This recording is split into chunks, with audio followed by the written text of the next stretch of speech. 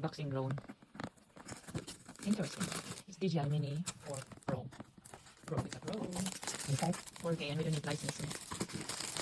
Because it's That's 249. yeah. I don't know what's the 250.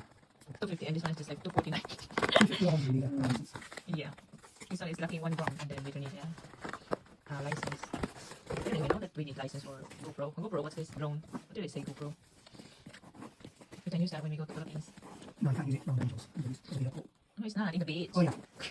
Yeah. It's dark. Oh, yeah. Is that the one? It's big band. A small one. Can fit in the pocket. Really? Don't put it in the pocket. It's posh.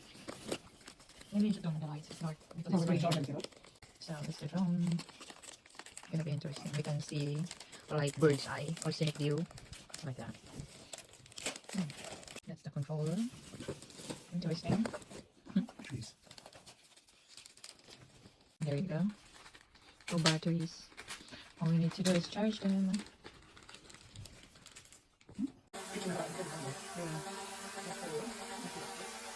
Don't hit the TV. So we got a drone. Put it down. That sounds good.